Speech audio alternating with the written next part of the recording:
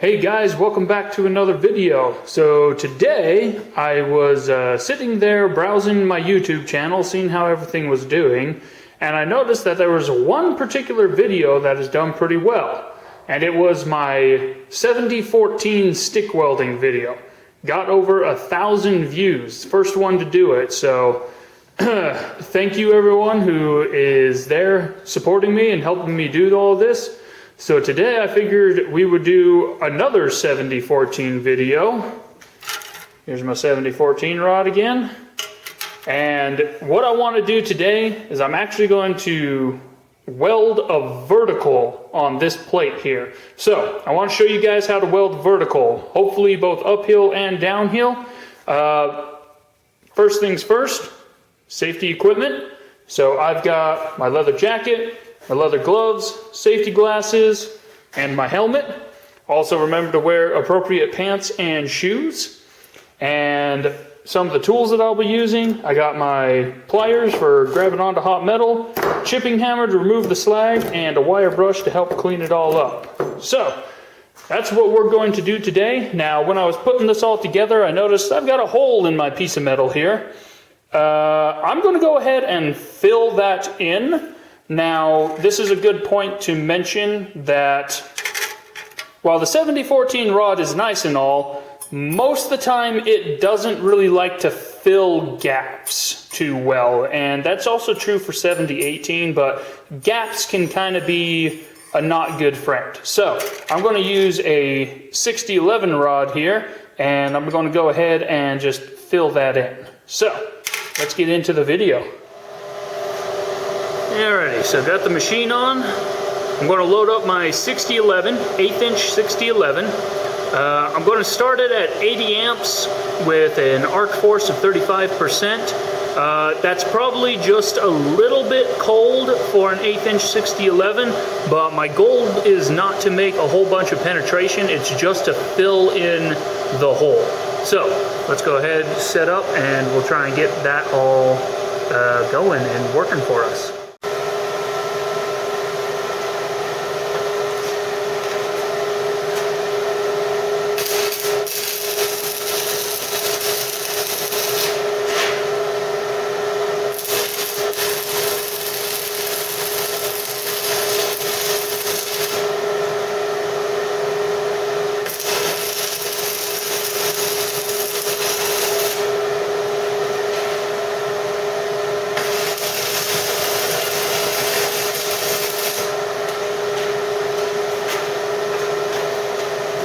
Need a little bit less. Turn that down to 70. So we're good.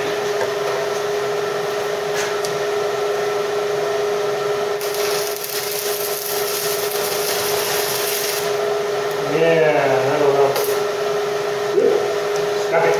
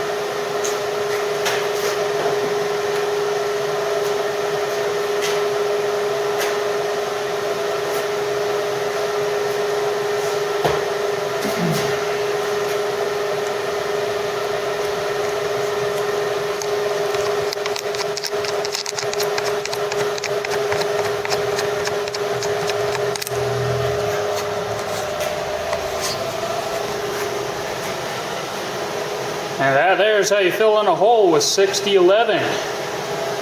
So I turned down my voltage, or not voltage, amperage, excuse me. Turned down my amperage down to 70 and that got really stable. It worked out really well. Also, it's a little bit smoky in here. I don't know if you can tell that. So I'm going to go ahead and open up the window and then we'll chip off that plug weld that we did. Alrighty, there's our plug weld. You can see I didn't quite get it filled in all the way down here, but that's okay. The goal of this was not to make it look pretty, it was to plug it for the other side. So, let me grab my pliers here. Also, one other thing, if I can get pliers to work in the glove. I have a magnet back here, and that's just to kind of help hold everything in place. A note about working with magnets. Let me go ahead and stick this back on here so that I don't have to hold it. Magnets can be a very useful tool. They can also really hinder your ability to weld.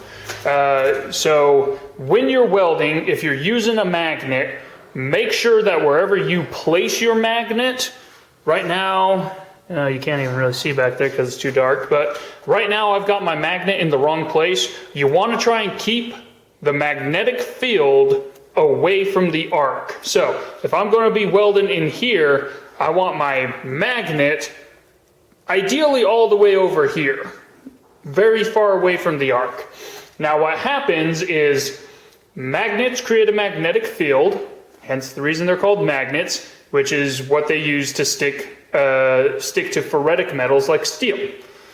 Now, your arc, if it's within the influence of that magnetic field, will drift towards the magnet. So since I got the magnet on this plate, that arc will, if I'm within the influence of the magnetic field, that arc will drift over to that plate and won't weld anything to this plate. So, make sure that you keep your magnets, you know, as far away as you can from your weld. If your arc starts drifting and you have nowhere else to put the magnet, get rid of the magnet.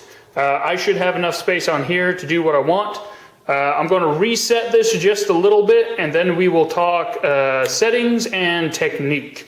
So let me get all that set, and we'll be right back.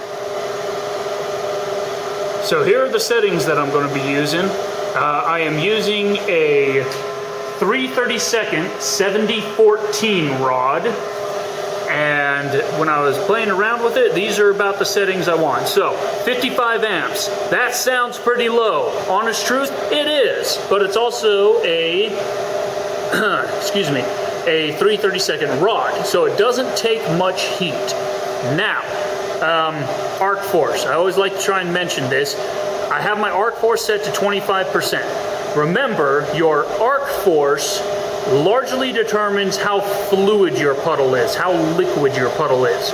Now, since I'm going to be running uphill for this pass, I want a fairly non-liquid puddle. So, low arc force is a less liquid puddle.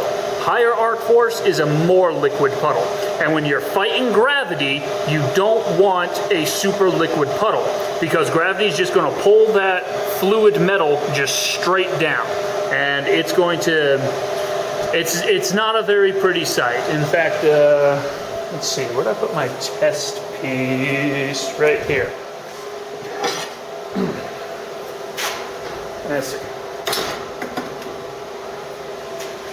So these were some beads that I was doing earlier.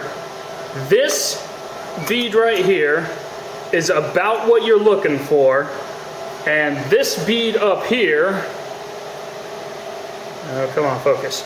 You can see that it's really clumpy up at the top. There's a whole bunch of voids and pits, and it's really droopy, and it doesn't look nice. It does not look nice. So we're trying to avoid that and get closer to this. You'll notice some undercut in here. I wasn't letting this plate cool off, so I just flat out got it way too hot, and the base metal just couldn't hold it anymore. So we're hoping to avoid that, and avoid the undercut, but get kind of a profile like that one. So that's the settings. Kind of what you're looking for as far as beads, a little bit like that, minus the undercut, because I roasted this plate, and hopefully none of this. So let's go ahead and talk technique on what I'll be doing, and then we will run a weld. Okay, so let's talk technique for how to run uphill. This is for uphill. The two things that are going to be similar in uphill and downhill is this angle right here. Now I'm using a shorter stick electrode that I've kind of used up just so that I can help keep everything in frame. But you want this 45-degree angle coming off of your holder. Now your holder has a whole bunch of brass in it, and one side should have a whole bunch of cutouts in it. Those cutouts are so that you can angle your rod. There should be a 45-degree angle cutout in your holder, and that's the one that you want. Or I should say, that's the one that I like and prefer.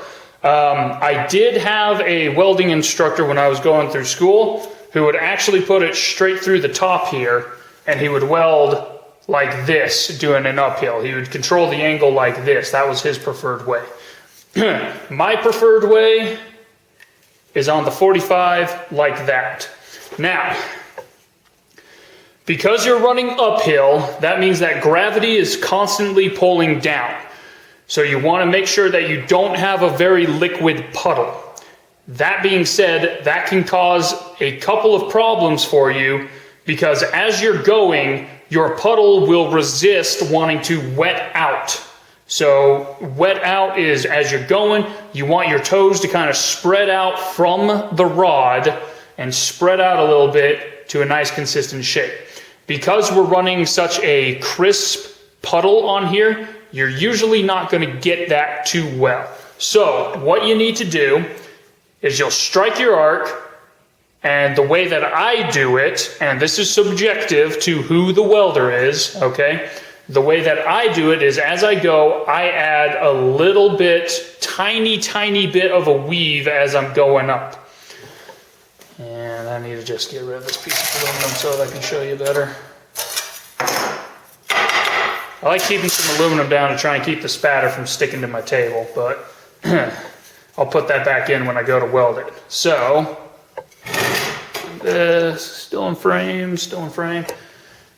So I will strike, and then I will go on a fillet like this, a fillet weld where it's a T-joint. I will go tap my flux to one plate, whip over to the other side, tap my flux to the other. And I will just work my way up that way. Now I'm going to have a slightly longer arc length, and arc length is controlled by how far in or out from the plate you are. I'm going to have a slightly longer arc length to increase my voltage a bit. Keep in mind this also increases your heat input, so you will cook this plate faster. But again, this is how I do it. So I'm going to have a slightly long arc length, and I'm just going to bounce from each side of the plate and just zigzag my way up.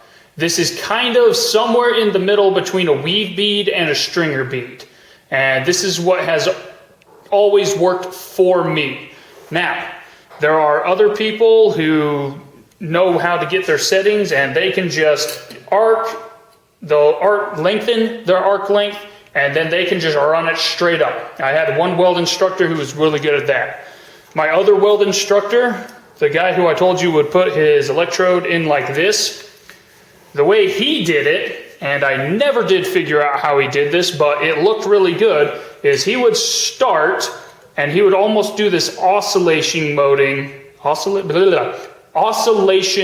motion all the way up. So he'd get it short length, lengthen the arc, come up, and short back down, and he would just build it up just like that. I never did figure out how he did that, but again, my preferred way, stick it in the holder at a 45 and just kind of bounce my way back up. Go from plate to plate.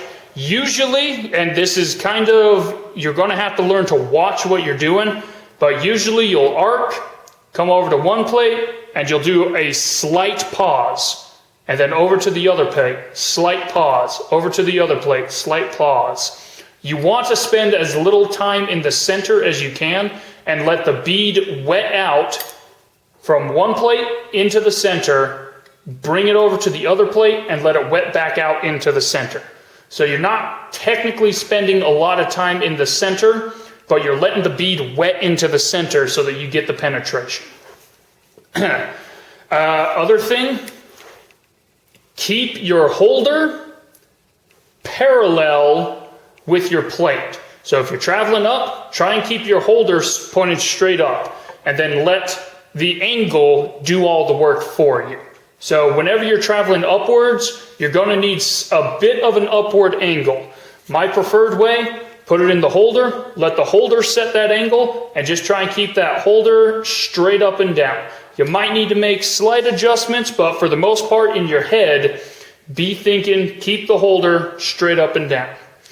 All right, hopefully that'll do for the tech explanation. I'm going to throw in my fresh rod, turn on the machine, put on the visor, and hopefully I haven't forgotten everything that I figured out yesterday and we can run a good bead.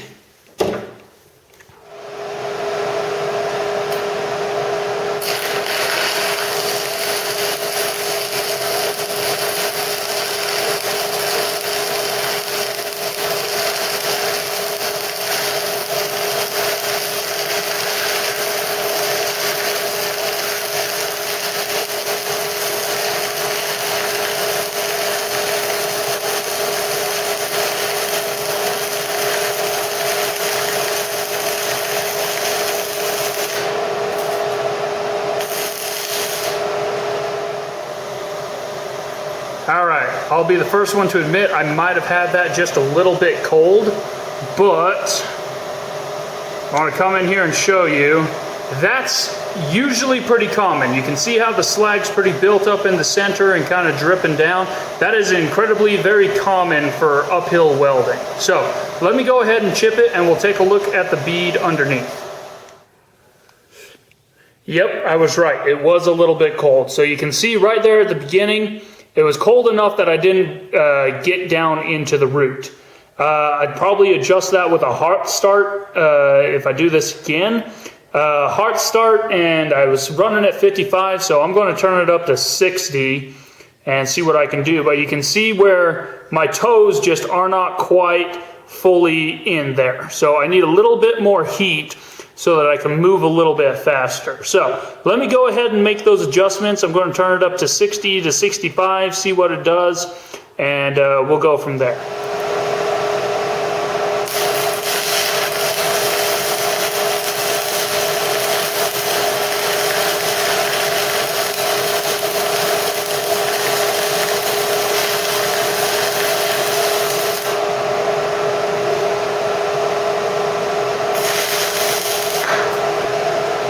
I'm thinking about it.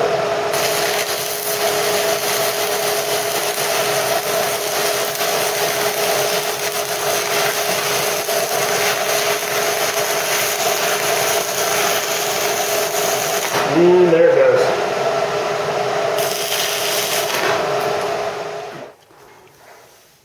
Okay, so I'm out of practice clearly. Now, that's okay. I can take a moment and kind of show you guys a couple of things that are off, especially with me. Now, largely what started happening on those last two runs that I did is I just started running out of rod and my arm was just running into the table and I just couldn't feed properly. So when you do this, make sure you got enough room to really manipulate the rod and be able to keep it in there. Because that was my big problem up on this upper section here, was that I couldn't get my arm in there. So my arc length would lengthen out and then I'd try and overcompensate, and it's just not fun. So that's really what happened right here. You probably heard me say, there it goes, and that was right about there where I couldn't keep it in there anymore. So apart from that, I mean, technically it was running the way that I was looking for. I was in a bad position and just couldn't get it. Now, this hole right here, this is a great moment for me to explain something. I turned up the amperage right here and got started working. Now, under the hood, this looked right. But when I chipped away the slag, I noticed this kind of gaping pinhole in there. That is slag inclusion. I didn't clear the end of my bead, end of this bead. I didn't clear it good enough, and I left some slag in there. That is slag inclusion right there. So that is why it's important to make sure you clean out your slag good and proper, especially if you need to do a restart. And I can see a little bit of slag right here and right here left over, so I'd have to clean this up even more before I were to restart on it and continue up with this. But great moments like this where I didn't quite get stuff right, I can always come in and explain, and this is a do as I say, not as I do situation. So from here to here, that was our first bead we ran. Didn't have it hot enough and didn't quite get the start correctly. So I turned up the amperage, started here. Didn't clear out the slag, so I got a pinhole right there, but it started running really nice until about here, and then I just ran out of room on the table. I couldn't feed the rod in. If I was being smart, I would have loaded in a new rod right here, but I tried to reposition and keep going, and just started going good and then just ran out, got sloppy, got out of position, and you know, it kind of suffered for it. So anyway, but hopefully that is a good kind of intro for you, stuff you need to watch out for. Ideally, you know, if I hadn't screwed it up, this would have been a pretty good bead. So you know what, I'm going to throw in a fresh rod and give it one more try and see if I can give you a really good profile so that you know what you're looking for. Hang on. Alrighty, there we go. So I got myself into position. I still didn't clear out the slag as good as I should have here. I can see some of it still stuck in there, so darn it. I tried to be a little more careful about that, but sometimes you just don't see it. So I got a little bit of buildup here. I probably need to readjust a hot start time to fully eliminate that. That's also partially because that's my restart area where I restarted and tried to connect to the other bead, so that's a little bit of that. But then I got moving and was able to get in close, really tighten up my arc length, and it felt good. It felt good, it did. And then broke off here, came back in, did a quick hot start, broke it off again to make sure that I didn't have a crater, and there you go. That's how it's done. See if I can get the camera to grab a good picture of that or not. Probably not. But anyway, so that's the idea. Just keep it really tight and you should be pretty good to go. And that's going to do it for this video. This video is already starting to get kind of long. In the next one, I'm going to see if I can do some downhill work so that I can just kind of show it to you. One final note that I should mention, I don't know if it's the rod that I have. It's very possibly the rod that I have, but as far as an uphill welding rod as it was going, this one really didn't like me. Nowhere near as good as the 7018 did. The 7018 ran uphill beautifully. Now, that'll probably partially or mostly be because of the flux. 7018 flash freezes its puddle a little bit faster than 7014, so it generally looks a little bit better. That being said, if I get the chance, I'm going to see if I can find some better quality 7014 rods and see if I can get better results. But that'll be it for this video. Just keep in mind you can do it with 7014. Try and make sure you get a good quality one. But so far the 7018s have run uphill a little bit better. They freeze in a little bit better. So that'll do it for this video, and we will catch you guys in the next one. Hope you all learned something.